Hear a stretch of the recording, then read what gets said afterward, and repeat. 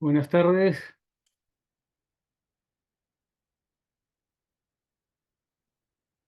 Buenas ¿Me tardes. escu- Listo, ¿me escuchan bien? Sí, doctor. Y se ve la pantalla completa, ¿correcto? Sí, sí se ve completa, doctor. Gracias. Listo, muy bien, chicos. Buenas tardes con todos. Entonces, lo que vamos a hablar hoy día es sobre las infecciones respiratorias. Y dentro de las infecciones respiratorias, obviamente, la más frecuentes después del resfriado común es la faringoamigdalitis, adenoiditis, otitis media, rinosinusitis y obviamente la neumonía, que no la vamos a tratar. Vamos a tratar más que todo las infecciones de la vía aérea superior. Vamos a tratar las cuatro primeras. Si bien es cierto, en el temario no está rinosinusitis, me parece extraño, en el ciclo pasado sí estaba, me parece importante que ustedes lo den de conocer, por eso lo he incluido. Entonces vamos a ir rápidamente con lo que es faringoamigdalitis, ¿no? Es la inflamación de la mucosa aérea alrededor de la zona faríngea y migdaliana.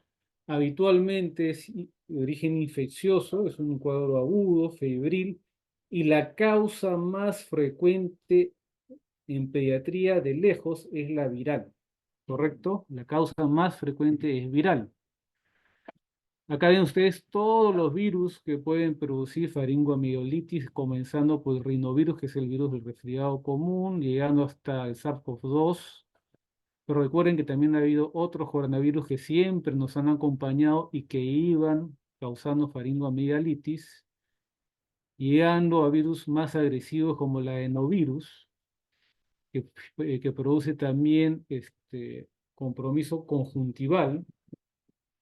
Hace poco hemos tenido y siempre tenemos todos los años epidemias de adenovirus y la característica es que estos niños, aparte de faringoamigdalitis, tienen conjuntivitis, ¿correcto? Pero en general, cualquiera de estos virus, cuando comienza el cuadro, vamos a ver fotografías más adelante, de las amígdalas hipertróficas congestivas, que son indistinguibles.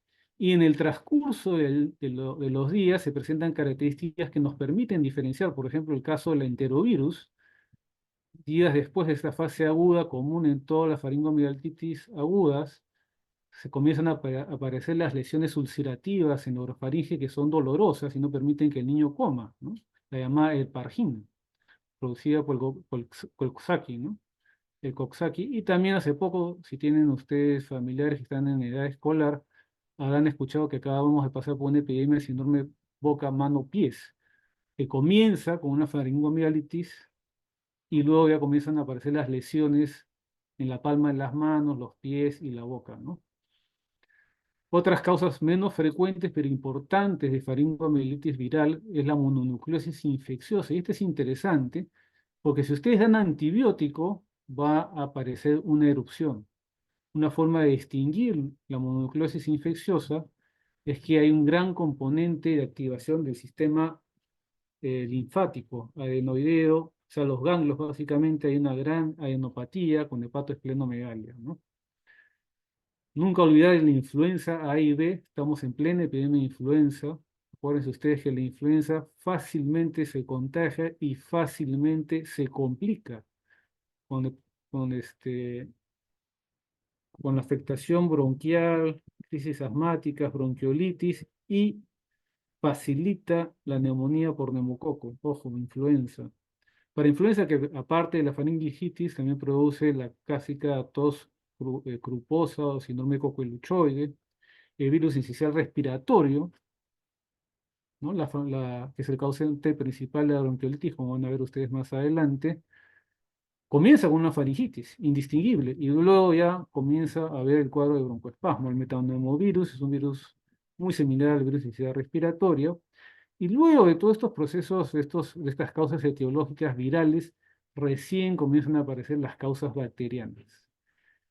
Dentro de las bacterias que producen faringoamigdalitis o la implicancia en cuanto a secuelas y tratamiento, nos interesan los estreptococos y sobre todo el estreptococo beta hemolítico del grupo A, que al final es el causante del 20 a 40% de todas las faringoamigdalitis bacterianas. Es importante porque si no se trata, va a traer complicaciones supurativas y no supurativas, como la fiebre reumática. En general, este estreptococo raramente afecta a menores de 3 años y extremadamente raro en menores de 18 meses, ¿no? La mayoría de causas de faringoamigdalitis en menores de 18 meses es viral. Por eso encontrar un paciente con antibiótico debe llamarles la atención, ¿no? Los otros estreptococos, aparte del beta hemolítico de grupo A, como el C, son menos frecuentes y los cuadros son más leves, ¿no?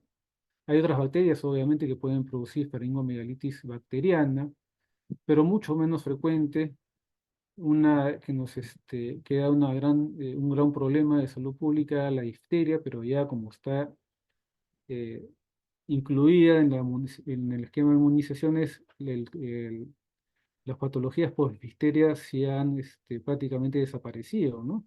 Y una característica de la difteria es que producía en el tracto respiratorio membranas, ¿no? A todo nivel. Entonces, cuando aparecía una pseudomembrana a nivel de tráquea, pueden ustedes imaginarse el desenlace de ese pobre paciente, ¿no? Todo eso se ha revertido ya con las inmunizaciones, ¿no? Y también las bacterias atípicas que son frecuentes en la edad escolar, como Mycoplasma, Clamidia, neumonía, comienza con una faringitis, faringomielitis aguda, y también la Clamidia Citachi que tiene que ver con las aves. Entonces, fíjense ustedes las imágenes, al inicio, es como el primer recuadro arriba a la izquierda, si ustedes ven esta imagen, puede ser el inicio de una faringomielitis viral, puede ser el inicio de una faringomielitis bacteriana, puede ser una mononucleosis infecciosa, indistinguible, no hay cómo saberlo, solamente guiándonos del examen clínico. A la derecha, al costado, ven ustedes una faringomielitis clásica, imagen con el exudado que habitualmente vemos en las faringomielitis bacterianas. Y abajo tenemos una imagen de la época en la cual había difteria. Fíjense ustedes cómo se están formando las pseudomembranas, ¿no? Que al final llegan a ocluir la vía aérea. Entonces, lo más importante, perdón, es tener en cuenta, tratar de alguna manera distinguir si estamos frente a una amigdalitis viral o bacteriana, teniendo en cuenta otros hallazgos clínicos e historia clínica que nos lleve a pensar o apoyar, en este caso, que sea viral. Generalmente, cuando hay una faringomielitis viral, otras mucosas están siendo afectadas. Entonces, podemos encontrar en el paciente conjuntivitis, rinorrea abundante. La afonía es una característica de etiología viral, ¿no? Las cuerdas vocales se inflaman por infecciones virales, no por infecciones bacterianas.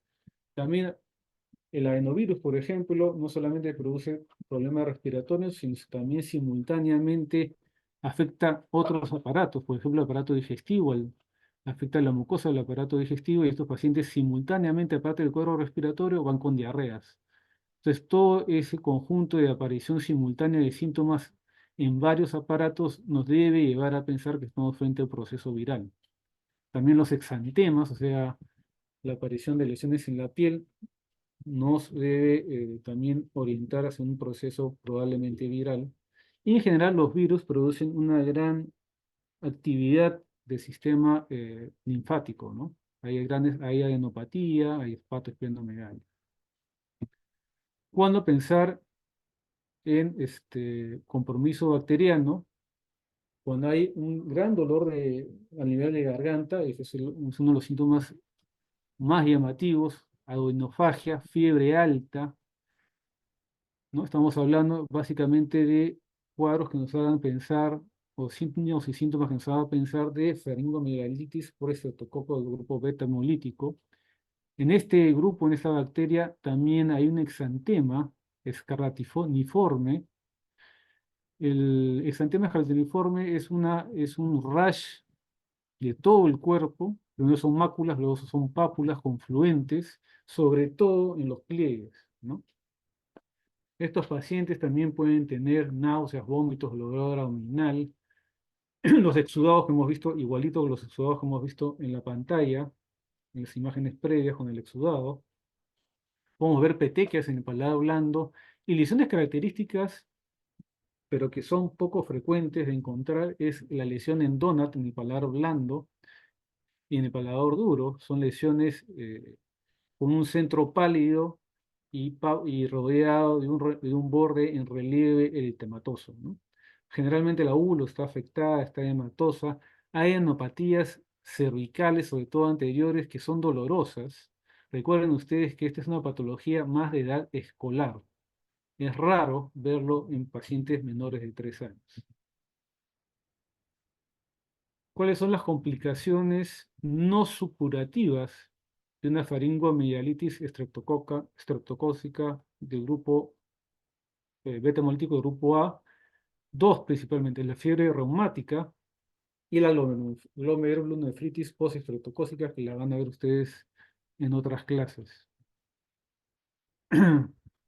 Más raro, reacciones de tipo inmunológica como púrpura, artritis reactiva. Hay un shock séptico estreptocócico que es bastante con alta morbilidad y mortalidad.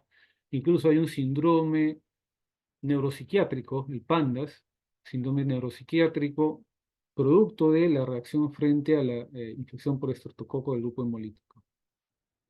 Y las complicaciones supurativas, o sea, las complicaciones infecciosas, otitis media que vamos a tratar, se puede complicar con una sinusitis, se puede complicar con abscesos retrofaringios o perimetrianos, puede haber adenitis, o sea, la adenitis cervical supurada, o sea, las adenopatías se sobreinfectan, obviamente puede complicarse con una neumonía, y más raramente fasciitis necrotizante, ¿no? Entonces, ¿qué hacer frente a un paciente que tiene una faringoamigdalitis aguda? ¿Tratarlo o no con antibióticos? Básicamente, con el objetivo de tratar el estreptococo beta hemolítico del grupo A.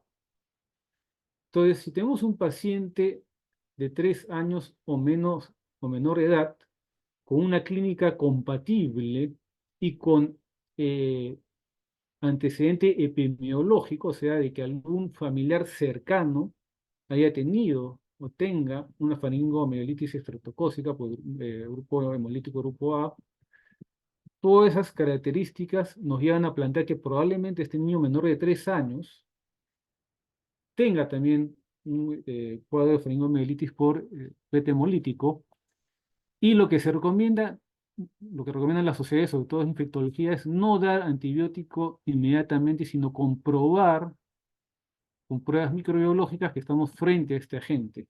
Y para eso tenemos una prueba rápida de antígeno, que es esta de acá, el TDRA, esas son las siglas, una prueba rápida de detección de antígeno de beta hemolítico del grupo A.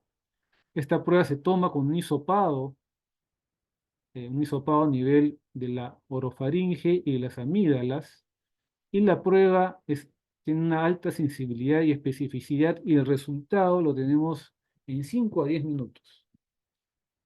¿Por qué se recomienda esto? ¿Por qué recomiendan esto las sociedades de infectología? Porque como ustedes saben, hay un abuso de antibióticos, hay un aumento de la resistencia. Entonces, muchos pacientes obviamente con infecciones virales no van a requerir el antibiótico.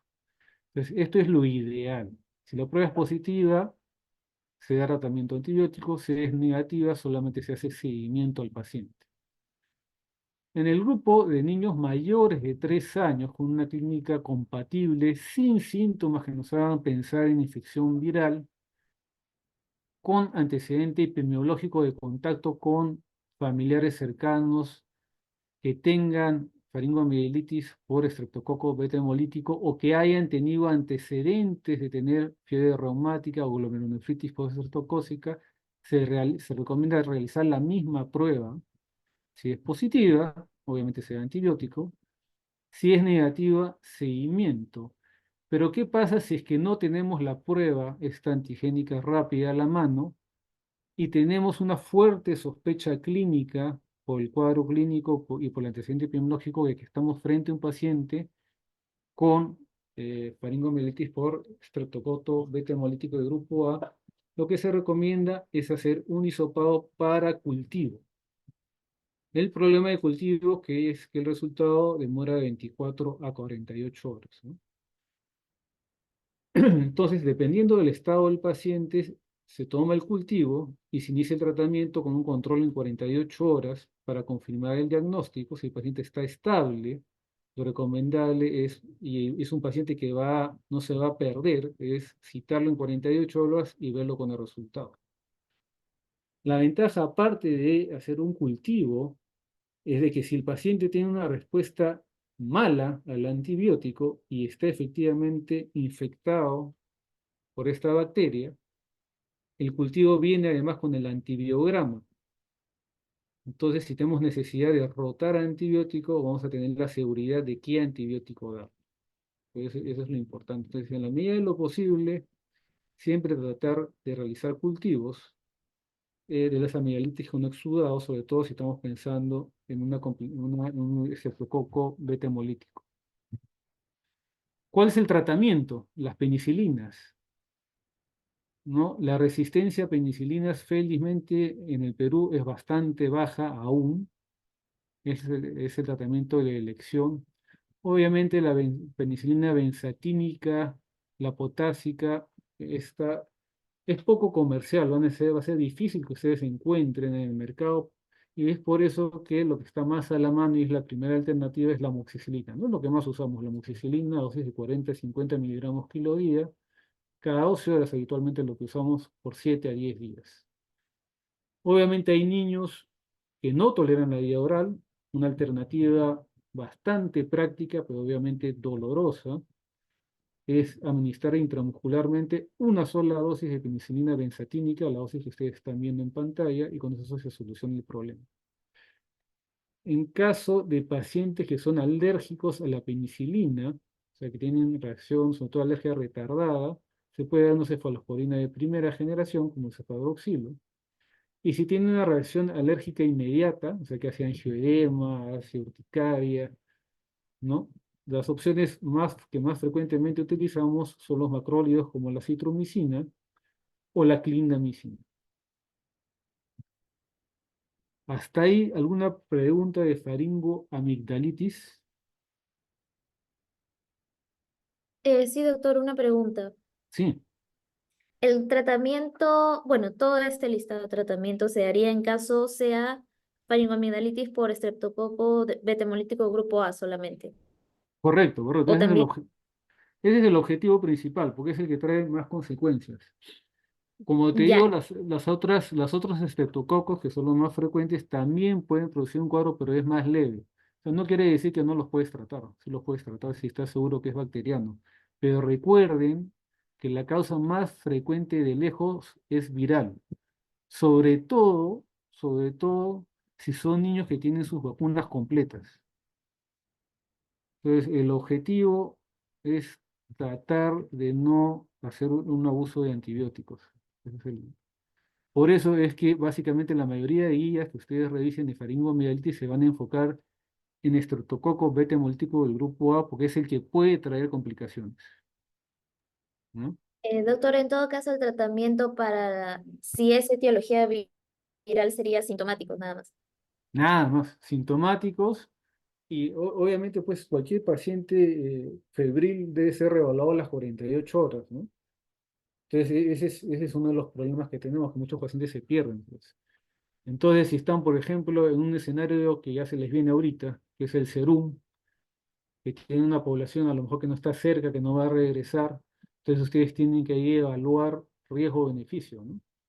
Si hay sospecha que no están seguros, ustedes piensan que es una amigdalitis bacteriana, no tienen cómo comprobar qué bacteria es, tratarlo es lo mejor, ¿no? ¿Correcto? Si están en el Hipólito Unanue o en una clínica particular, lo mejor es confirmarlo, ¿sí? Y en las 48 horas volver a reevaluarlo, ¿no? Entonces, todo depende del escenario en el que estén. ¿Sí?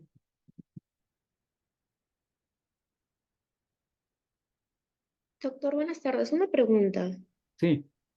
¿En qué caso se utilizaría la primera elección penoximetilpenicilina y la primera alternativa con amoxicilina? ¿Se cuál es la diferencia?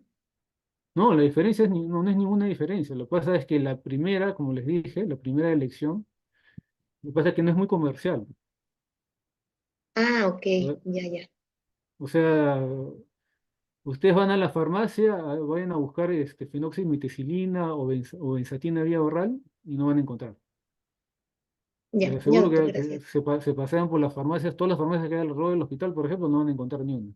La amoxicilina la encuentran en todos lados. Ah, ya, doctor, gracias. Es una cuestión de práctica, ¿no? Muy bien. Entonces, sigamos con adenoiditis. Bueno, la adenoiditis es la inflamación aguda del tejido del anillo de Waldeyer, ¿no? ¿Cuál es el anillo de Waldeyer? Está formado por las adenoides, las amígdalas palatinas y las sublinguales. Por lo tanto, generalmente, cuando piensen ustedes en adenoiditis, van a tener también amigdalitis asociada, ¿no? Es una enfermedad más de escolares y preescolares. Aquí ven ustedes arriba dónde están ubicadas las adenoides, ¿no? La adenoide normal, y cuando se inflama crece de tamaño. Y por el sitio donde se ubica va a producir dos grandes problemas, y de estos podemos deducir todo el cuadro clínico. Fíjense ustedes, ¿no? Si esta estructura crece, justo en este nivel está la trompa de Eustaquio. Entonces, si crecen las adenoides, va a ocluir la trompa de Eustaquio, y por lo tanto, la primera complicación van a ser las otitis. Segunda complicación, también fácil de ver gráficamente, es que la hipertrofia de adenoides o las adenoides grandes van a dificultar la ventilación nasal. ¿Sí? Se ve claramente cómo van a obstruir. Entonces, estos niños van a tener dificultad para ventilar por la nariz y van a tener un cuadro clínico que se deriva exactamente de este hecho, simplemente el hecho de no poder ventilar por la nariz. Es decir, van a tener una obstrucción nasal crónica sin rinorrea, y eso lo van a describir los papás, ¿no? Doctor, está con la nariz tapada, pero no le sale nada de moco. Comienzan ustedes a sospechar en adenoviditis. Doctor, mi hijo tiene 6 años, pero ronca como el abuelo. Parece que estuviera borracho. Exactamente. Al toque tienen que pensar en hipertrofia o adenoviditis. ¿Y por qué roncan? ¿Y por qué en la noche? Porque durante la noche, cuando uno duerme, se relaja la musculatura de toda esta zona, y al relajarse va a tener al colapso. Y si ustedes tienen una obstrucción a este nivel, va a haber sonido, va a haber ronquido. ¿Correcto? Va a tener obviamente una voz nasal. Cuando estos pacientes se enferman, van a tener una tos irritativa porque va a producir una irritación, una inflamación a ese nivel de la mucosa circundante. Y ojo, esto es bastante importante. Como los niños roncan, van a tener episodios de hipoxemia transitoria durante el sueño. Son niños que los padres, los tutores, los profesores le van a decir: oye, su niño se para quedando dormido en el colegio. Se acuesta muy tarde, seguro. ¿No? Van a tener problemas cognitivos de aprendizaje porque se quedan dormidos. Y es más, puede llegar al extremo de haber apneas obstructivas del sueño. Y cuando hay apneas obstructivas del sueño, se ha comprobado que a largo plazo estos niños pueden hacer hipertensión arterial, no solamente problemas cognitivos. Todo derivado de simplemente el hecho de obstruir el flujo libre a través de las fosas nasales. Esto va a llevar a que los niños habitualmente paren con la boca abierta, respiren con la boca, no por las fosas nasales. Entonces hay también una alteración de crecimiento facial. Con algunos grupos hemos visto en consultorio la fascia adenoidea, ¿no? Que es característica. Ustedes la ven, basta que la vean una vez y no se van a olvidar, ¿no? Son niños que tienen la boca abierta, se le ven los dientes, ¿no? Y cuando examinan la cavidad oral, la bóveda, ¿no? El paladar es ojival, ¿no? Es bastante pronunciado. Complicaciones también, las podemos deducir las complicaciones fácilmente por la ubicación de las adenoides. Otitis, van a ser niños con otitis recurrente, y también sinusitis, ¿no? El diagnóstico es clínico, ¿no? El diagnóstico es clínico, igual que la faringomielitis, el diagnóstico es clínico.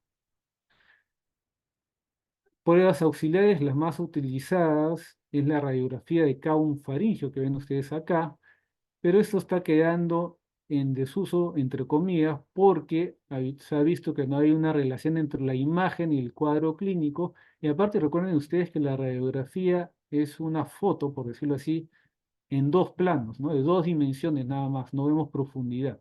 Entonces, por ejemplo, podemos tener, acá sí se ve claramente el tejido aumentado de tamaño y cómo disminuye el calibre de la columna de aire, pero a veces hay pacientes que no se ve este aumento antero-posterior, sino que más bien las adenoides crecen lateralmente y producen el cuadro clínico. Por lo tanto, actualmente el gol estándar para confirmar el diagnóstico de hipertrofia de adenoides es la nasofibroscopía, ¿no? La visualización directa. Acá se están viendo cómo se ven las adenoides una vez que el endoscopio entra por la fosa nasal, ¿no? El tratamiento es médico, ¿no es cierto? El tratamiento es médico. Si piensan si hay una complicación bacteriana, es exactamente igual tratar una faringoamigdalitis que una adenoiditis. ¿En qué casos debe irse a la cirugía? En los casos en los cuales la obstrucción es tan severa que incluso durante el día los pacientes teniendo este problema en forma crónica más de 6 meses. Ojo, que hay que tener en cuenta que los niños en general tienen una respuesta exagerada, por decirlo así, de todo lo que es el sistema adenoideo, o sea, amigdalitis, las amígdalas, perdón, el tejido, los ganglios y las adenoides. Ustedes cuando veamos niños o vean niños en consultorio van a ver que es frecuente también que los papás le dicen, doctor, tiene pelotitas, tiene pelotas ahí, cada vez que se enferma se le hinchan pelotas ahí pelotitas en el cuello, son las adenopatías cervicales. Y eso es frecuente, eso es común, eso es normal. Conforme el sistema inmune va madurando, esa respuesta exagerada disminuye. Y lo mismo pasa con las adenoides. Entonces, la tendencia es que conforme los niños vayan creciendo, la tendencia natural es que la hipertrofia de adenoides disminuya de tamaño. Entonces, son raras las causas por las cuales un niño tendría que ser operado. De entre esas causas en esos casos en los cuales tienen que recibir un tratamiento quirúrgico, que tenga una obstrucción nasal crónica más de 6 meses, que haga otitis recurrente o rinosinusitis recurrentes o crónicas. Esas son las causas más frecuentes. El caso extremo, que también es una indicación sí o sí de cirugía, es cuando estos niños hacen apnea obstructiva del sueño. Niño que hace apnea obstructiva del sueño y se confirma que tiene hipertrofia de adenoides, tiene que ir a sala de todas maneras. ¿Correcto? ¿Hasta ahí preguntas o dudas de la adenoiditis?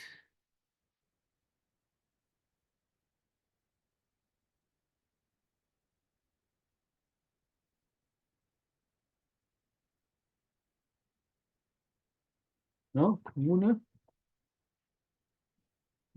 ¿Qué? ¿Seguimos?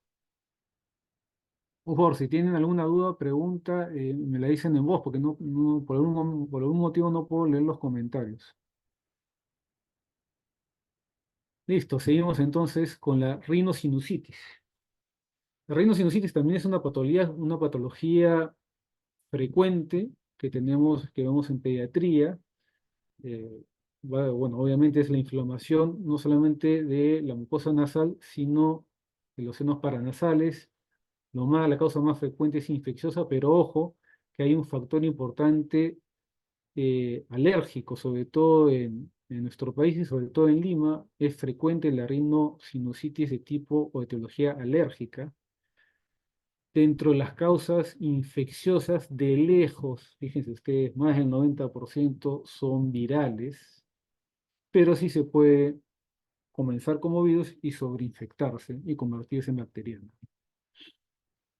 Bueno, son definiciones, ¿no?, que ustedes deben tener en mente, ¿no? Es para conocimiento más que todo. Se dice que es aguda cuando es menos de un mes de duración y luego de ese mes resuelve completamente. Subaguda de 30 a 90 días. Cuando decimos que es recurrente, cuando son episodios de menos de 30 días, una resolución completa entre episodio y episodio de por lo menos 10 días. Y se dice que es recurrente cuando hay más de 3 episodios de estos episodios en 6 meses o más de 4 de estos episodios en un año. Crónica cuando es más de 90 días y reagudizada es lo mismo que crónica, solamente que aparte de los síntomas eh, que siempre está teniendo el paciente, se añade uno nuevo, por ejemplo, fiebre. Entonces acá están los senos paranasales, los senos frontales y los maxilares, que son los que con mayor frecuencia y facilidad se ven en la placa de senos paranasales. Los senos etmoidales que no son visibles en la radiografía de senos paranasales, tenemos los anteriores y los posteriores. Y las complicaciones, que vamos a ver más adelante, también las podemos deducir simplemente por anatomía, ¿no? Fíjense ustedes, el esfenoidal y los etmoidales están muy cerca de la base del cráneo, mejor dicho, en la base del cráneo, y ahí podemos deducir las complicaciones, ¿no? Los senos frontales también. En general se dice que el 1% de los niños van a presentar sinusitis cada año. Recordar que los senos etmoidales anteriores y posteriores drenan en el meato medio y superior de las fosas nasales. Todos los senos paranasales drenan en las fosas nasales. Por lo tanto, cualquier inflamación, cualquier causa que lleve inflamación de la mucosa nasal puede potencialmente complicarse con una sinusitis, porque los senos paranasales no tienen dónde drenar. Entonces, los senos etmoidales están presentes desde el nacimiento, crecen rápidamente hasta los 7 años y llegan a su máximo desarrollo en la adolescencia. Los senos maxilares, desde el nacimiento, están presentes, también se completan en la adolescencia. Los frontales, fíjense ustedes, ¿no? Los frontales recién a partir del año de edad comienzan a desarrollarse y radiológicamente son visibles recién a los 6 años. Entonces, si estamos pensando en una sinusitis frontal, en un paciente, por ejemplo, de 4 años, no tiene sentido pedir una radiografía. Los senos esfenoidales, como les dije, solamente son visualizables con tomografía. Dentro de las causas bacterianas, las bacterias más frecuentes son el neumococo, el Haemophilus influenza y la Marroxella catarrhalis. ¿Cuáles son los factores que predisponen a una sinusitis? Las infecciones virales, como les dije, cualquier cosa que produce inflamación de la mucosa nasal va a predisponer a sinusitis. Infecciones bacterianas, alergia, atopía, ¿no? Como la rinitis alérgica, la misma hipertrofia de adenoides, que ya hemos mencionado, el tabaco, la polución, todo lo que es polución ambiental, o que altera, irrita la mucosa. Obviamente, si el paciente tiene alguna alteración estructural como desviación de tabique, ¿no? Cualquier cosa que obstruya la nariz va a provocar o va a facilitar la sinusitis. Cosas más raras como el reflujo gastroesofágico severo o trastornos de inmunodeficiencia, ¿no? O disquinesia ciliar, ¿no? Más raro. Entonces, ¿cuál es la clínica? Es una congestión nasal bilateral con rinorrea y tos persistente. Más que todo, esta tos persistente es en la noche. ¿Por qué? Porque al estar el paciente de cúbito, todas las secreciones que drenan de los senos paranasales infectados van a ir hacia la parte posterior del orofaringe y van a producir por irritación esta tos, ¿no? También, ¿no? También va a haber sensación de dolor o de pesadez, ¿no? Sobre todo cuando hay sinusitis frontal. Uno le pide al paciente cuando sospecha de sinusitis frontal que se agache y claramente les va a decir que tiene sensación de pesadez o dolor en el frente, ¿no? Trastornos del olfato, ¿no? Como hiposmia, anosmia, no todo lo que es hiposmia y anosmia es COVID, ¿cierto? Cuanto más pequeño es el cuadro clínico, es más inespecífico. La halitosis es frecuente, ¿no? Muchos padres consultan porque dicen que su niño tiene mal aliento y dicen, tiene mal aliento es por un problema digestivo, a lo mejor el hígado está mal, ¿no? No tiene nada que ver. La causa más frecuente de halitosis en pediatría, si es que no tiene un problema odontológico, es la rinosinusitis, ¿correcto? Ustedes tienen pacientes con halitosis, tienen que pensar en rinosinusitis. Y obviamente hay signos de alarma, ¿no? Signos de alarma que nos reflejan complicaciones alrededor de las estructuras de los senos paranasales, ¿no? por ejemplo, en la problemas de la órbita, del aparato ocular, cuando se afecta el aparato ocular, cuando se afecta el sistema nervioso, más de signos de focalización neurológica, como hipertensión craneana, trastorno del sensorio, convulsiones. Pero en general, cuando comienza el cuadro, o pensamos en un cuadro de rinoceronte, puede haber tres presentaciones, ¿no? Aquí el paciente que comienza con un cuadro aparentemente normal de resfriado común, y recuerden ustedes que el resfriado común, por decirlo así, los síntomas pueden durar hasta 10 días. Pensamos que ya se está complicando, pensamos en una posibilidad de rhinosinusitis si este cuadro de resfriado común se prolonga más de allá de 10 días sin mejoría alguna, ¿no? Sigue con la rinorrea abundante, sigue con la misma tos, y no hay otra explicación, hay que pensar en rhinosinusitis. También tenemos aquellos pacientes que debutan con un cuadro aparatoso, ¿no? Con fiebres altas, ¿no? Y con una rinorrea purulenta franca, ¿no? Y no mucho que pensar. O también aquel paciente que tiene un tercer escenario es aquel paciente que tiene un resfrío común, comienza a ver mejoría inicialmente y luego nuevamente hay un deterioro. Luego aparece fiebre, aparece malestar general, ¿no? Entonces, ese paciente probablemente comenzó con un resfrío común, ha habido una inflamación viral de la mucosa aérea, de la vía aérea superior, pero se ha sobreinfectado. Hay criterios clínicos para pensar en sinusitis, estos son criterios mayores y menores, ¿no? Por ejemplo, una rinorrea anterior purulenta, o también puede ser que pidan al paciente que abra la boca y por orofaringe, por el cabo, ven ustedes cómo drena la secreción purulenta, ¿no? Detrás de la úvula. Sensación de dolor a nivel facial, sobre todo cuando hay sinusitis maxilar y frontal, la alteración del olfato, fiebre alta, la halitosis, como les dije, ¿no? Y dolores referidos, ¿no? Incluso puede el paciente quejarse de dolor a nivel mental, ¿no? Cuando hay, por ejemplo, gran compromiso en los senos maxilares, los pacientes se quejan de odontalgia, ¿no? A veces terminan en el dentista y lo que tienen es una sinusitis, ¿no? Y hay diagnósticos diferenciales, obviamente, de sinusitis, ¿no? Cuadros que no son sinusitis y pueden simular, tienen también rinorrea persistente, obstrucción nasal, tos persistente, por ejemplo, la rinitis alérgica, cuerpo extraño en fosas nasales, algo frecuente en niños pequeños, ¿no? Se meten las cosas a la nariz, pero habitualmente estos pacientes van a tener obstrucción unilateral y la secreción es unilateral, ¿no? La hipertrofia adenoides, que lo hemos conversado, los pólipos nasales, alteraciones del tabique, asma, por el hecho de tener solamente tos, la tos coquiluchoide, la tos ferina, ¿no? Hay varias etiologías que no tienen que ser el diagnóstico diferencial. Nuevamente, en esta patología, en la rinosinusitis, también el diagnóstico es clínico, es clínico. Deberíamos pedir exámenes auxiliares solamente si estamos pensando en complicaciones.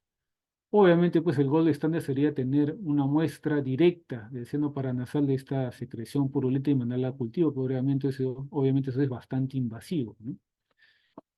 Lo que más se utiliza son, como les dije, es la radiografía de senos paranasales, que es sensible pero poco específica. Por ejemplo, pacientes que tienen rinitis alérgicas van a ver engrosamiento de la mucosa a ese nivel y no tienen sinusitis, sino es parte de su cuadro de rinitis alérgica.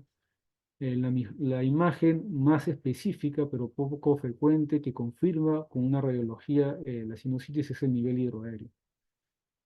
De hecho, pues la tomografía es más exacta, pero obviamente sí implica mayor irradiación. No vamos a estar pidiendo tomografía solamente por sinusitis, ¿no? Más que todo, si vemos tomografía en relación a un cuadro de sinusitis es cuando estamos pensando que probablemente ese paciente tiene alguna complicación, ¿no? Alguna complicación en el sistema nervioso central o óseo circundante a los senos paranasales. Entonces, estas son imágenes, por ejemplo, de radiografía de senos paranasales. Acá estábamos viendo los senos maxilares, ¿no? Arriba a la izquierda, normales. A la derecha, ven ustedes cómo están la mucosa engrosada, ¿no? Está radio opaca, ¿no? Pero no necesariamente esto es una sinusitis, puede ser un paciente con una rinitis alérgica no controlada. Y abajo sí ven pues las imágenes que son poco frecuentes, pero sí bastante específicas de sinusitis, que es el nivel hidroaéreo, ¿no? Cuando ven nivel hidroaéreo, sí, eso es una sinusitis de todas maneras, ¿no? Entonces, lo principal, al igual que los cuadros previos, es tratar de diferenciar si estamos frente a una rhinosinusitis infecciosa de origen viral o bacteriano, para ver si vamos a dar antibiótico o no. ¿Cuándo podemos pensar en que son bacterianas?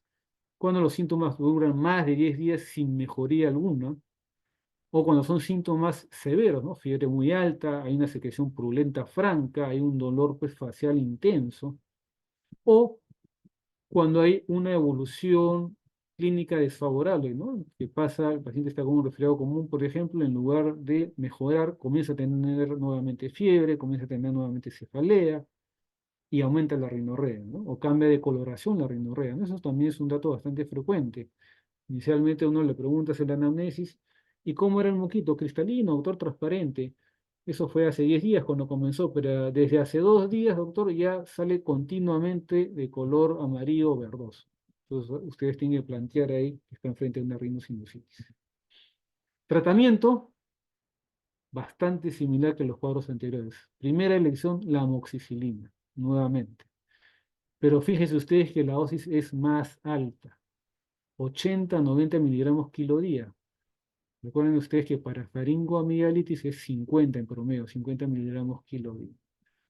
La duración es larga, 7 a 14 días,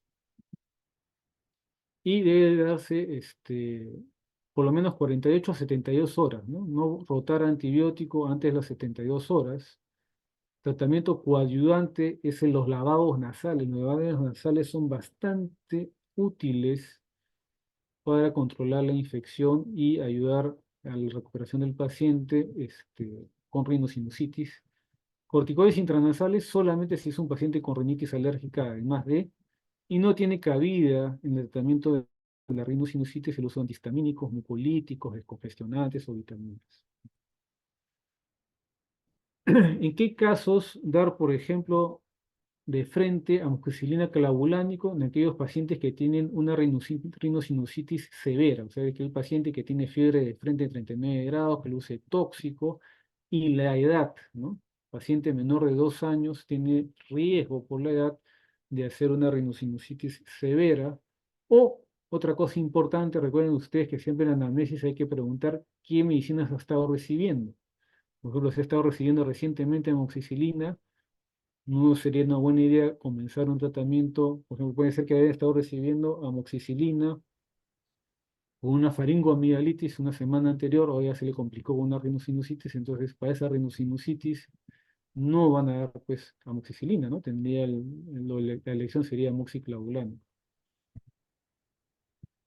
Y fíjense ustedes las complicaciones, no voy a entrar en detalles, pero solamente para que estén ustedes presentes. Celulitis periorbitaria, celulitis orbitaria, absceso superióstico, absceso orbitario, y lo más temible que es la trombosis del seno cavernoso, ¿no? Que la mortalidad es altísima. Entonces, todas esas son complicaciones de una rinosinusitis no tratada. Hay que tener ustedes eso en cuenta, ¿no? Obviamente, pues, hipertensión endocraniana, abscesos cerebrales, meningitis, no olvídense. Entonces, es importante reconocer y tratar oportunamente la rinosinusitis. Preguntas de rinosinusitis.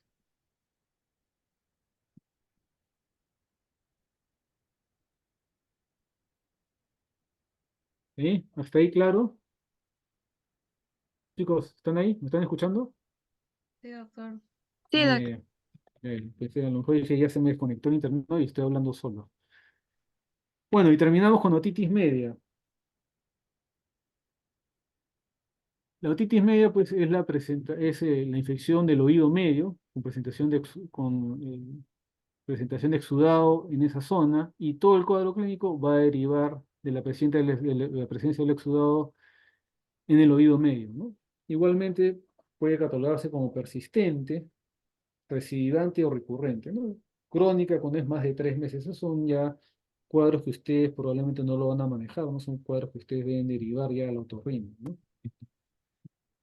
El examen auxiliar, bueno, no es un examen auxiliar, no es parte del examen físico que todos deberíamos hacer en todos los niños, ¿no?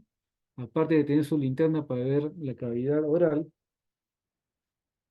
deben tener su otoscopio. ¿no?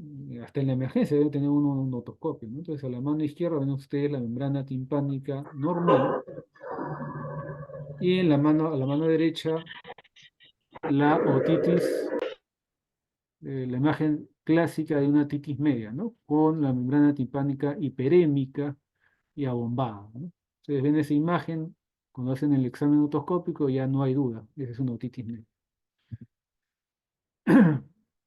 También tenemos etiología viral que es frecuente, sobre todo en menores de 2 y 3 años. Dentro de las causas bacterianas, fíjense ustedes, no hay mucho que tratar de recordar, es exactamente los 3 gérmenes iguales que teníamos como causas bacterianas frecuentes en la rinosinusitis: el neumococo, el Haemophilus y los estreptococos, la Moraxella catarrhalis. ¿Sí? Neumococo, Haemophilus, estreptococo y Moraxella catarrhalis, las causas más frecuentes. Entonces, cuando pensamos en una otitis, ¿y qué hacemos? ¿No?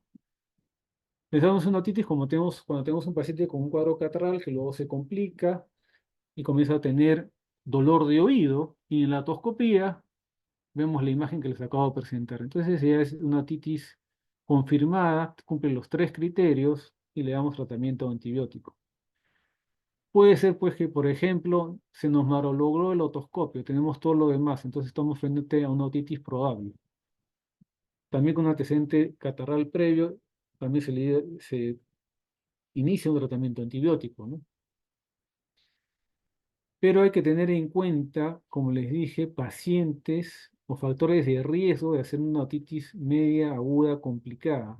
Edad, menos de 6 meses, que tenga antecedentes de haber tenido ya otitis medias recurrentes o que tenga antecedentes familiares de otitis media aguda complicadas. El tratamiento, nuevamente, el de elección, ¿cuál es? Amoxicilina. También 80-90 miligramos kilo día, o sea, igual que la rinosinusitis. Alternativas, amoxicilina clavulánico. ¿En qué casos? En aquellos menores de 6 meses, pacientes que tengan cuadros graves, pacientes que tengan otitis recurrente, o que hayan recibido recientemente amoxicilina, o que haya antecedentes que no responden a la amoxicilina. En aquellos pacientes que tienen alergia a las penicilinas, cefalosporina de primera o segunda, y alternativamente los macrólidos como la claritromicina, ¿no? Más raro, otitis refractarias, la levofloxacina. Entonces, este cuadro bastante cargado, solamente quiero recalcar lo siguiente. Una vez que tenemos una otitis media confirmada, si ven el cursor, ¿no? ¿Correcto? ¿Están viendo? Sí se ve, doctor. Ya, perfecto. Entonces, cuando tienen una otitis media confirmada, hay que ver la edad del paciente. Si es un paciente mayor de 2 años, si es un paciente mayor de 2 años, sin ningún antecedente previo de patología, con vacunas completas y que ustedes pueden hacerle el seguimiento a las 48 horas, el tratamiento es solamente seguimiento, no antibióticos, solamente analgésicos y verlo en 48 horas, porque podría ser bastante probable que sea solamente viral. Si es el mismo paciente de 2 años, pero tiene antecedentes de ya haber tenido otitis graves o recurrentes, la elección es dar amoxicilina a la dosis que hemos mencionado. ¿Correcto? Si estamos frente a un paciente entre 6 meses y 2 años, ¿sí? Independiente del antecedente, o sea, perdón, de 6 meses a 2 años, cuando con diagnóstico confirmado de otitis, hay que darle antibiótico. A la cabeza amoxicilina, pero si tiene antecedentes de otitis recurrente, amoxiclavulánico. Y finalmente tenemos al grupo vulnerable, menor de 2 años, sobre todo el menor de 6 meses, en el cual puede hacer una otitis severa. Entonces ahí lo recomendable es comenzar con amoxiclavulánico. Ahora, en aquellos pacientes que hemos decidido dar amoxicilina, puede haber 3 escenarios. Uno que vaya bien y lo damos de alta. Otro en el cual el paciente no está mejorando las 48 del control y decidimos cambiar a amoxiclavulánico. Es que el paciente que estamos dando amoxiclavulánico y la evolución es desfavorable, ¿no? Obviamente ese paciente hay que llevarlo ya al otorrino porque ya requiere hacer otros procedimientos. Pero recuerden ustedes que no deben rotar antibióticos antes las 48 horas. Por lo menos tienen que esperar 48 horas para dar respuesta antibiótica. Complicaciones de la otitis media, mastoiditis, parálisis facial, laberintitis, meningitis. Lamentablemente hemos visto pacientes que llegan al hospital con meningitis por una otitis maltratada, abscesos cerebrales. Y la complicación más frecuente, que es la otitis media exudativa o mucosa, ¿no? En la cual no hay ya un cuadro agudo de fiebre, malestar, pero en el examen se ve pues que hay persistentemente eh, depósito de secreciones en el oído medio.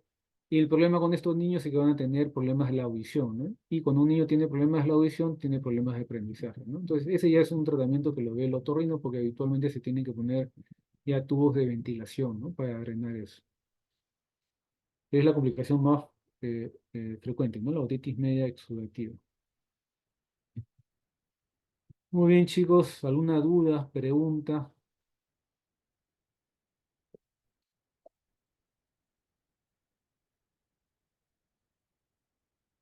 Doctor, disculpe, Sí. ¿cómo podría repetir cuál era el golden estándar para la adenoiditis? ¿El examen Gold Standard? Sí, por favor. Para confirmarlo, la endoscopía. Ah, ¿solo se coloca como nasoendoscopía o...? Nasofibroscopía, ¿sí, no? Nasofibroscopía. Pero ese es un procedimiento del otorrino, ¿no? No es un aparato que tiene cualquiera. Este, es este de acá, ¿no? Nasofibroscopía. Pero como les dije, el diagnóstico es clínico. El diagnóstico es clínico. Y la clínica ustedes la pueden deducir solamente acordándose de esta figurita. ¿Dónde están las adenoides? Ustedes se acuerdan de esto, ya deducen por simple lógica todo el cuadro clínico. El tratamiento inicial, médico, porque los pacientes que tienen adenoiditis aguda van a tener amigdalitis, ¿no es cierto? Porque es el mismo sistema, el mismo anillo de Waldeyer, todo va a reaccionar igual. Lo que ustedes deben decir o pensar más bien es cuándo tengo que llevarlo al otorrino porque puede ser que este paciente requiera cirugía.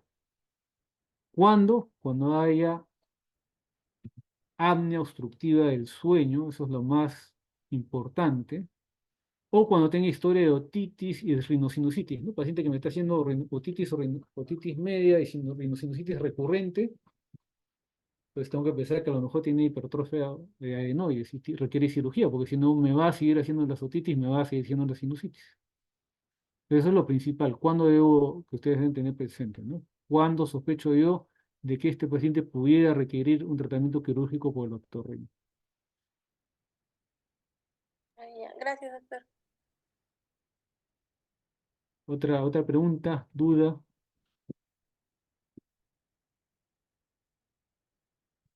Acá vienen por lo menos. Dos van a arruinarlo todo. ¿Qué? La ¿Perdón? torre está en llamas. Le cayó un rayo. ¡Wow! Doctor, Sí, en el caso de rinosinusitis, sí. el diagnóstico también es clínico, ¿verdad? Pero mencionó un gol estándar, me parece que un cultivo de Ah, ya. secreción. Claro, el gol, o sea, el gol estándar, tú dices, está con una sinusitis, tendrías que confirmar que la secreción dentro del seno paranasal está infectada por una bacteria. Es un procedimiento invasivo, pues eso no se hace en ninguna parte del mundo, ¿no? No, salvo en estudios de investigación, pues, ¿no? Es el gol estándar, pero no se hace, o sea, nadie en el mundo te va a punzar el seno paranasal para confirmar un diagnóstico de sinusitis, ¿no? Excepto, pues, casos extremos, pues, que ya es manejo de alta complejidad del otorrino, ¿no? Pacientes que tienen una sinusitis que no mejoran, incurables, ¿no? Es el gol estándar, pero no es una prueba de rutina, ni mucho menos, ¿no? Ni siquiera el otorrino lo hace de rutina eso, ¿no? La prueba auxiliar más usada son las radiografías de senos paranasales, pero como les digo, la imagen que les confirma sinusitis es el nivel hidroaéreo. El problema es que esto es raro, lo ven, no se ve frecuentemente. Lo que más van a ver son imágenes como las de acá arriba. El problema es que esta imagen te la puede dar, por ejemplo, un paciente que está con rinitis, ¿no? Ahorita con una rinitis activa te va a salir así. Por eso la clínica es lo principal, ¿no? La clínica. O sea, tú no necesitas exámenes auxiliares para iniciar un tratamiento por rinosinusitis. No necesitas. Es clínico. Muchas gracias, doctor. Ya. ¿Preguntas, dudas? Doctor, una consulta. Sí, En caso de lo que estaba mencionando de la sinusitis, ¿qué tan certero es eso de agachar la cabeza, ¿no? Y ver si el paciente presenta dolor? en escolares, ¿no? A mayor edad, te sirve más, ¿no? Te sirve más, pero no es que si no lo tienen, no te descarta tampoco. O sea, si tienes un cuadro compatible y le pides al paciente, sobre todo el escolar, ¿no? El niño que colabora, que haga eso, porque acuérdate que eso es subjetivo, ¿no? Todo lo que es el dolor es subjetivo. Entonces, si es un niño pequeño, ¿te duele la cabeza cuando agachas? Pucha, mm, primero que no sabes si está entendiendo qué cosa es el dolor de cabeza, en qué parte del dolor de cabeza, porque este signo es bien preciso, ¿no? Es que te agachas y tienes cefalea frontal. Entonces tiene que ser un niño escolar, no un adolescente que te dé el dato, ¿no? Para niños pequeños no te sirve. Ah, ya. Gracias, doctor.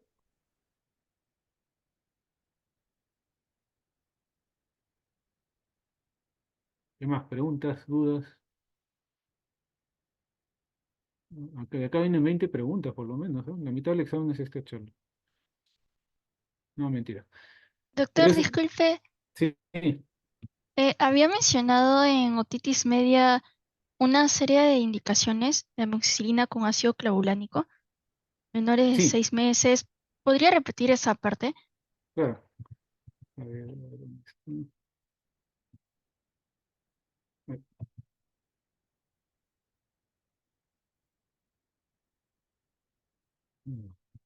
En la otitis media, acá está, este cuadrito.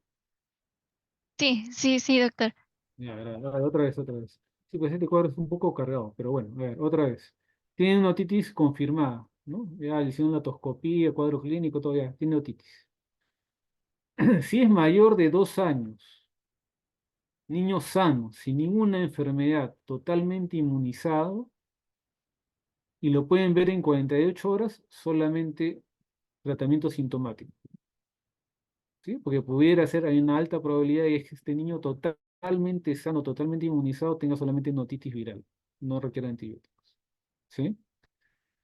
Pero si es un niño mayor de 2 años con antecedentes de otitis, de haber tenido otitis recurrente o grave, de frente le dan amoxicilina, a la dosis que ya hemos conversado.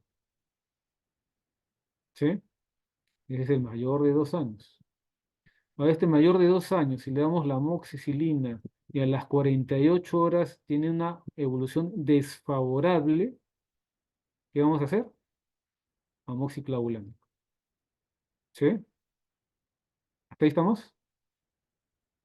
Si es un niño mayor de 2 años, perdón, si mayor de dos años, el niño mayor de 2 años es todo este flujo. Si es un niño entre 6 meses y 2 años que tiene otitis previas recurrentes, de frente le llamamos amoxiclavulánico, porque ya ha tenido otitis antes. ¿Sí? Si es un primer episodio, ¿sí? Pero tiene de 6 meses a 2 años, optamos por la amoxicilina únicamente. ¿Sí? ¿Estamos hasta ahí? No. Ahora sí, doctor, ahora sí. Ahora, pero si tiene menos de 6 meses, ese paciente puede hacernos una otitis severa, que se complique fácilmente. Entonces ahí lo sugerido es dar de frente a amoxiclavulánico. ¿Sí? Entonces, en general, si tenemos que dar antibiótico, amoxicilina, la primera elección. Si fracasa la amoxicilina, y para eso tenemos que esperar por lo menos 48 horas, amoxiclavulánico. En el único caso que vamos de frente a amoxiclavulánico es en el menor de 6 meses. ¿Sí? Ahora sí, doctor. Muchas gracias. Ya me estaba confundiendo. Ya, no hay problema, no hay problema. Muy bien, chicos. ¿Alguna otra pregunta, comentario, duda?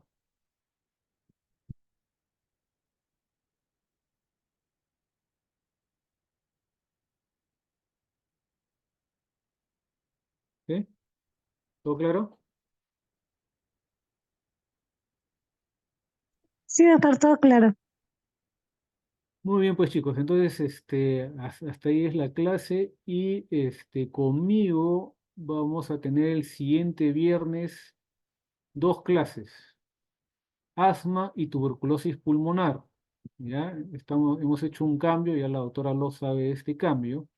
Entonces el día jueves con la doctora Bazán van a tener neumonía y TBC extrapulmonar el día jueves y el próximo viernes 17 conmigo va a ser asma y tuberculosis pulmonar. ¿Ya? ¿Sí?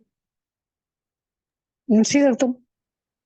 Listo, muy bien, chicos. Entonces, nos vemos con todos el próximo viernes y con los que estén acá en la sede el día lunes.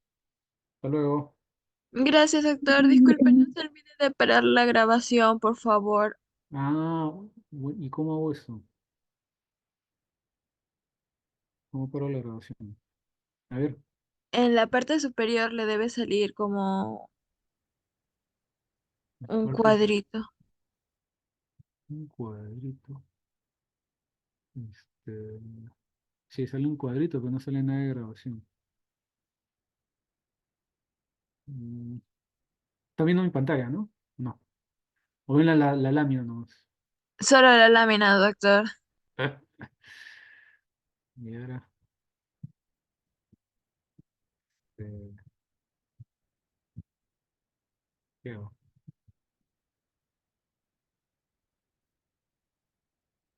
Ah, grabando en la nube, dice. Ya.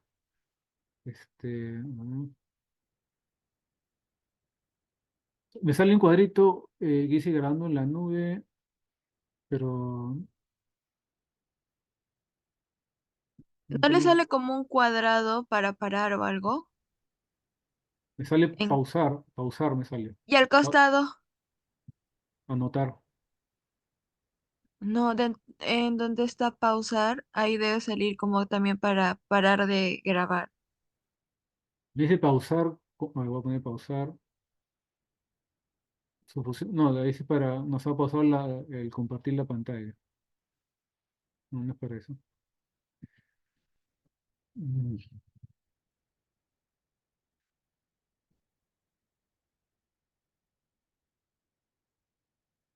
Voy a poner dejar de compartir. Y ahí debe salir, a ver, ¿me escuchan? Sí se lo escucha, doctor. Dice acá finalizar, ¿será eso? Acá abajo. Ah, no, Eso para no, cerrar. no, no. Detener grabación. Acá está, ya listo. Sí, sí, es. ¿Estás seguro de tener grabación?